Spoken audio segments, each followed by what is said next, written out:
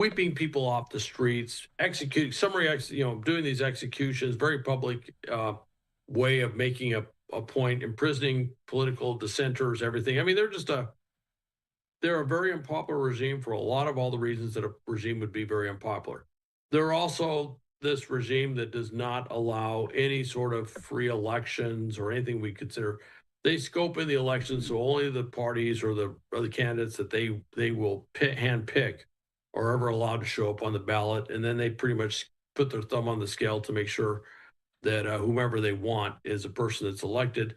And then over the government is this the supreme leader and his council, which are all a bunch of theocrats that basically control the country. So that's what it is, and it's this Shiite extremist belief. Since 1979, when they overthrew the Shah of Iran, they have basically built their brand on two things: destruction of Israel and death to America. That's their two favorite bumper sticker phrases. That's what they kind of identify with.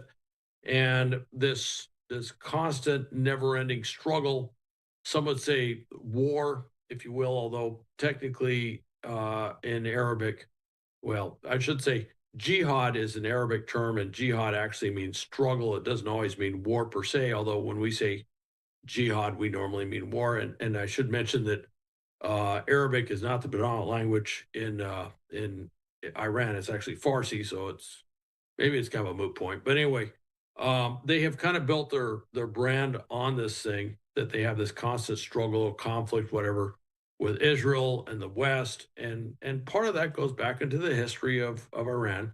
The Shah of Iran, when he came into power in '53, kind of the U.S. and Great Britain were behind getting him into power because there was another guy in there who we felt was too favorable, or was basically leaning towards the Soviet Union, different era, Cold War. I don't want to get into all the details, but the feeling was that the U.S. had basically, fomented a coup to put the Shah into power. They put the Shah into power, and they've aimed everything at the West. They've been anti-Western the entire time, and so that's what that is. That's what that regime is all about.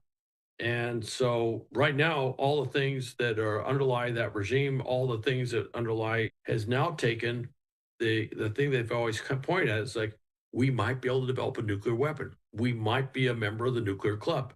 We might be, quote, invincible because we have nuclear capability. That's what they've kind of held out for a very long period of time.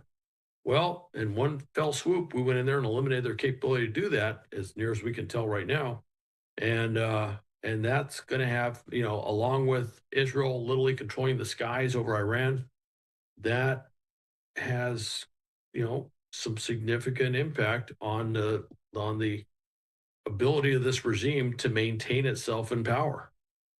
Al, we appreciate your time. I will say that it's now 10 o'clock Eastern Time.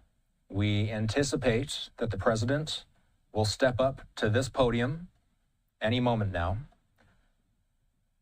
We don't know if he's going to come out any second now, any minute now, but I'm going to keep you on the line here, Hal, until we see President Trump walk out.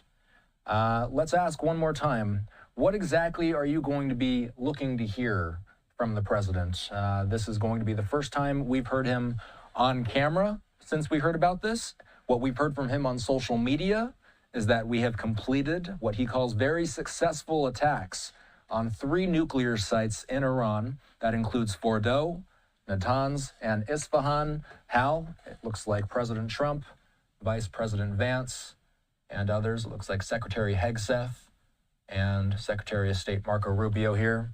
Let's listen to the president after the strikes on Iran. A short time ago, the U.S. military carried out massive precision strikes on the 3 key nuclear facilities in the Iranian regime: Fordow, Natanz, and Esfahan. Everybody heard those names for years as they built this horribly destructive enterprise. Our objective was the destruction of Iran's nuclear enrichment capacity and a stop to the nuclear threat posed by the world's #1 state sponsor of terror.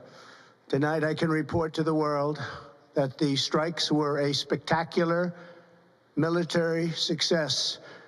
Iran's key nuclear enrichment facilities have been completely and totally obliterated. Iran, the bully of the Middle East, must now make peace. If they do not, future attacks will be far greater and a lot easier.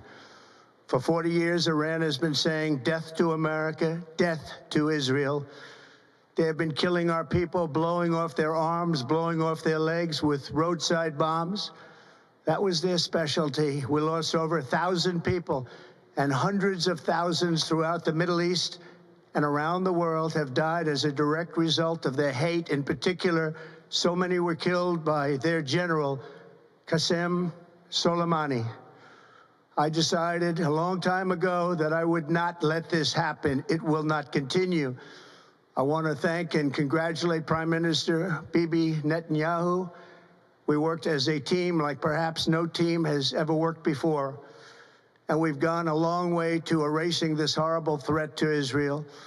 I want to thank the Israeli military for the wonderful job they've done.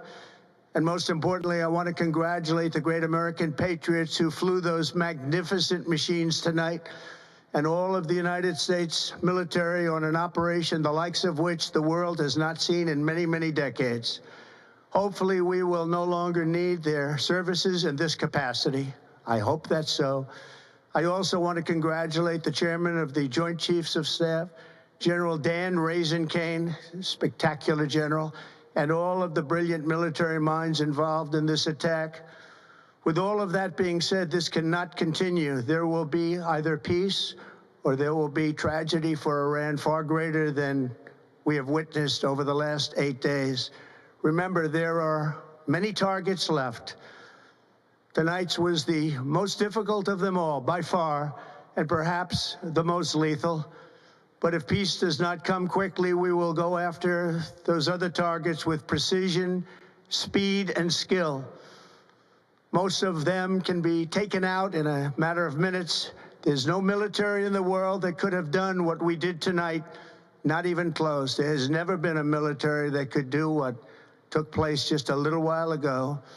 Tomorrow, General Kane, Secretary of Defense, Pete Hegseth will have a press conference at 8 a.m. at the Pentagon.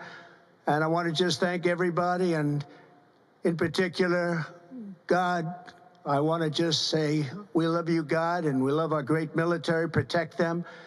God bless the Middle East. God bless Israel, and God bless America. Thank you very much. Thank you.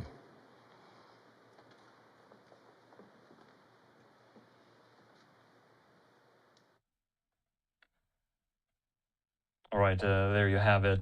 President Trump, in very brief remarks there, saying that Iran's nuclear program has been completely obliterated. Standing there, addressing the nation, behind him, Vice President Vance, Secretary of State Marco Rubio, and also the Secretary of Defense, Pete Hegseth. I'm Andrew Kraft. Thanks so much for being with us here on this momentous night in American history, and we're going to keep it going. We're also going to be showing you in replay that very speech in case you might have missed it live. We're going to be showing it to you throughout the course of the evening, also bringing on